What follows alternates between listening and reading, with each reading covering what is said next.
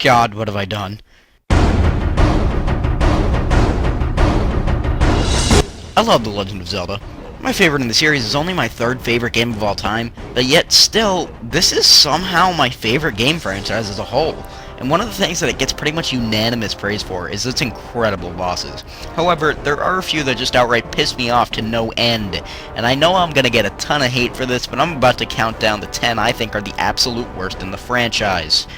Well, I won't try to stall any longer. These are my top 10 worst Zelda bosses.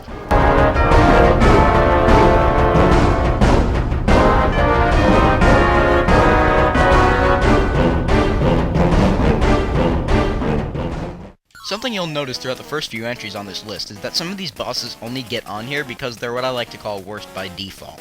They're not bad per se, they just lack any good qualities to speak of. With that in mind, we have the Anglerfish from Link's Awakening. Okay, I'll admit that this boss is not technically bad in terms of game design. What's the problem then? Here, watch the fight in full.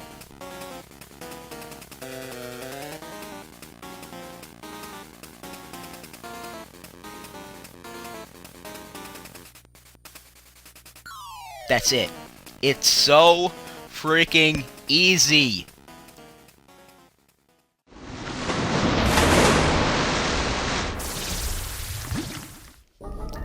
Water dungeons. With a certain obvious exception, I honestly don't hate them as much as others do. Lakebed Temple? I thought it was well designed. Great Bay? A little bit tedious, sure, but I still enjoyed it. And anyone who says they didn't like the Ancient Cistern is lying to themselves. Spirit Tracks' Ocean Temple was strange. It wasn't bad, but there was almost no water and it had this thing.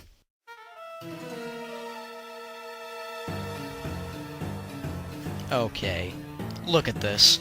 Look at this thing and tell me that what the heck is that isn't one of the first things that comes to mind. Seriously, oh my god, what is that? I mean, it functions as a boss, I guess, but it's just so stupid looking. But the main reason it's on here is its battle cry. God, it sounds like a child throwing a fit while choking on something. Nintendo, how did you even... No.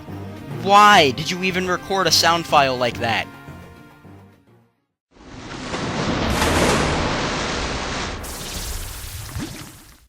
Remember what I said about the worst by default rule? Well, that. Next.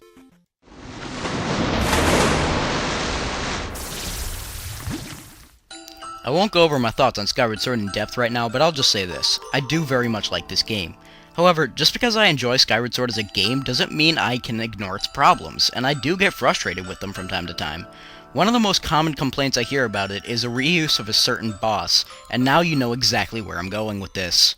Like Speedster said in his top 10 tedious segments of video games, rehashing content gets tiresome very quickly, and it's even worse when that content wasn't good to begin with. Skyward Sword takes this a step further by not only rehashing a crappy boss battle, but somehow managing to make it even worse each time we fight the Imprisoned. The first Imprisoned battle isn't all that terrible, it's just not very good. It's long, boring, repetitive, but it's not unbearable. The second form is where things start to get frustrating. In this battle, he grows arms because Nintendo logic, which get in your way so that when you knock him over, you have to drop down an entire level, run all the way to a geyser, float up, and finally start slashing the pillar into his face. Oh, and you can only hit it upwards, which is the most imprecise direction to be swinging repeatedly. But wait, there's more. We still have the third form, and this is the one that cements the Imprisoned on this list. In addition to all the frustrating aspects of the second form, this battle gives it a halo which allows it to fly because Nintendo logic. You can only knock it down by using the Grucinator to launch yourself onto its head and then slashing it. At least you're slashing down this time.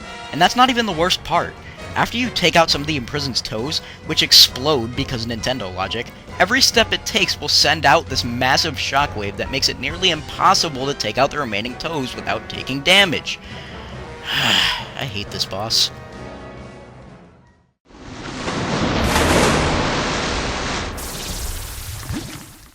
Ocarina of Time is such an amazing game. It's nearly flawless in my opinion.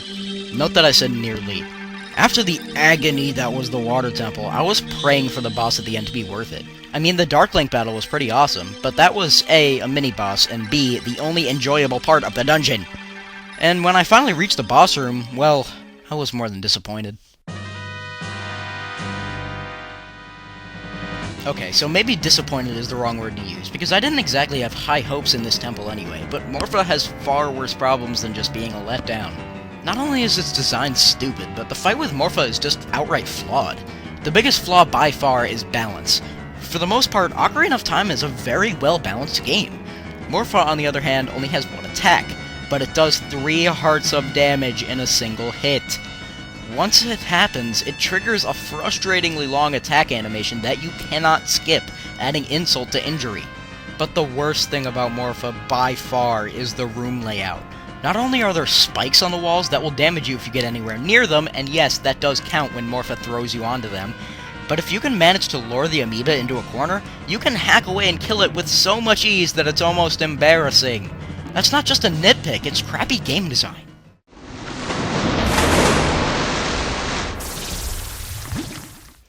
I am honestly not the biggest fan of A Link to the Past. I don't know why, because it is a fantastic game, I just didn't get that adventurous feeling I got with the other Zelda games. Oh, and it had this. Okay, I appreciate what Nintendo tried to do with this one, but in execution, just no. For a start, Moldorm moves faster and faster every time you hit it, and near the end it starts to get a little bit too insane for my liking. But that isn't the main problem with this fight. If Moldorm knocks you off the platform that the battle takes place on, you'll fall to the floor under it, and you'll have to go back upstairs and start all over again. I realize this was done intentionally, but it's just so infuriating that I'd hate myself for letting it slide. At least I fixed this in A Link Between Worlds. That was such a good game.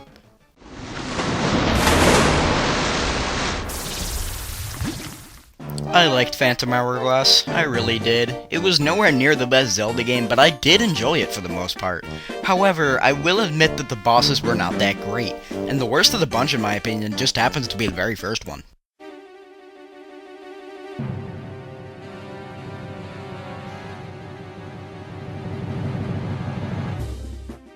This boss is the textbook definition of uninspired. It's boring, its design is stupid, it plays more like a puzzle than a boss, and it's stupidly easy. That's honestly all I could really say about this one. It's just really bland. That's about it, really.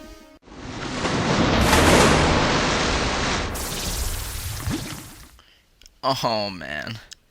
I dreaded getting to this part of the countdown, because no matter what I say here, I know I'm gonna get a ton of hate for this. But I don't care what the haters think. I'm doing it anyway. Well, here it goes. My most hated boss in Ocarina of Time is Ganondorf. No, I'm serious. This isn't a joke I'm about to cut away from. I mean it. I absolutely hate the fight with Ganondorf. No, not the final boss against Ganon. That one's awesome. I'm talking about the one before it, where you fight Ganondorf on the top floor of the castle. Now, before you click dislike and call me retarded, please just hear me out. I understand that a lot of people love this boss. I am okay with the fact that other people love this boss, but that doesn't change that I despise this fight with a burning passion. First of all, Ganondorf only has 2 attacks, and they're almost identical.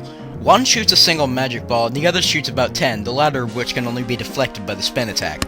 This isn't the problem, though. The problem is that they all do a crap ton of damage, and with the tiniest little screw-up, you will get hit. I am not very good at Ocarina of Time, so this might be a little bit biased, but I found this to be unnecessarily brutal. But I haven't even touched on the main reason I hate this fight, and this is what inspired this entire countdown. Unless you never miss a shot with your bow, this fight is damn near impossible without the magic meter upgrade. On at least 3 of my playthroughs of Ocarina of Time, I played through the entire game without the magic upgrade, right up to Ganon's tower, and it was perfectly manageable. But when I got to the Ganondorf battle, it was only a matter of minutes until I ran out of magic for the light arrows, including the refills at the bottom of the room, and I had to force myself to die. This is the same problem as the Boo Beam trap from Mega Man 2, and I seriously don't know why no one complains about it here. In all of these playthroughs, I tried this at least twice, usually more, before I gave up and just got the magic meter upgrade. To this day, I have never beat Ganondorf without it, and if a boss in one of the greatest games ever made can ruin my experience by making me interrupt my adventure to go acquire something that was supposed to be optional, that's an accomplishment, and not a good one. The only reason this isn't number 1 is that the final battle with Ganon immediately after this battle makes it worth suffering through this. Silver linings.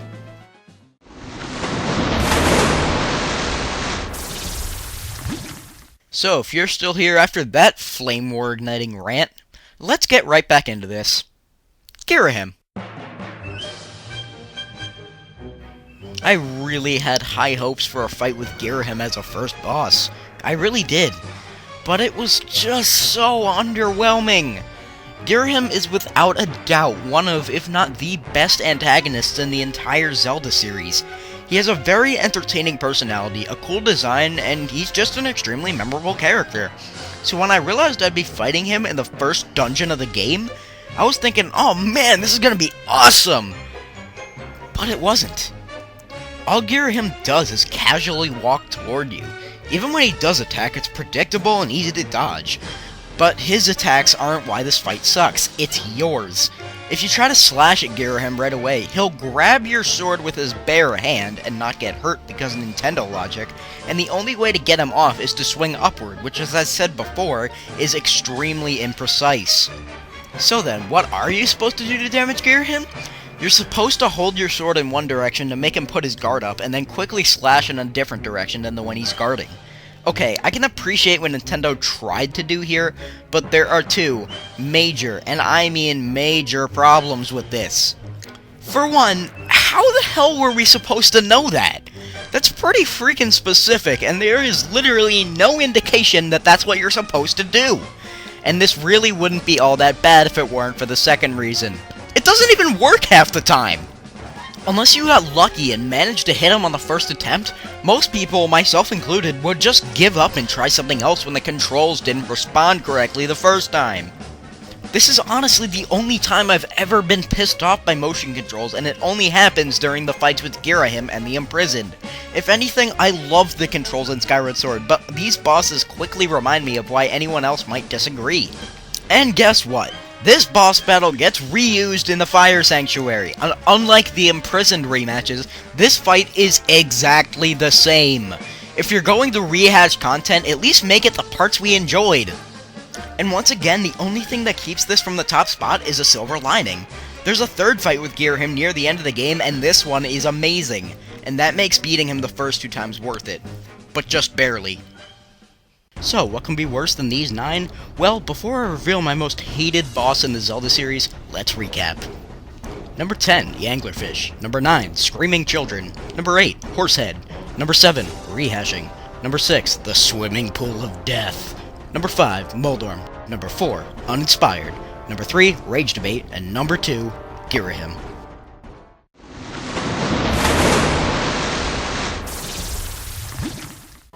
You know what? I really did enjoy Spirit Tracks. In fact, it's actually my second favorite handheld Zelda game, only beaten by A Link Between Worlds. The controls, while somewhat gimmicky, are extremely responsive and precise. The puzzles were clever and well thought out, and it was a lot of fun. But that doesn't excuse it for that terrible excuse of a penultimate boss!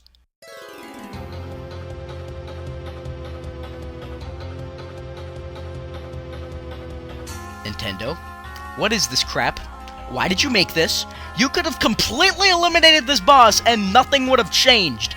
Everything that takes place in this fight could have been easily condensed into a 10-second cutscene and everything would have been perfectly fine.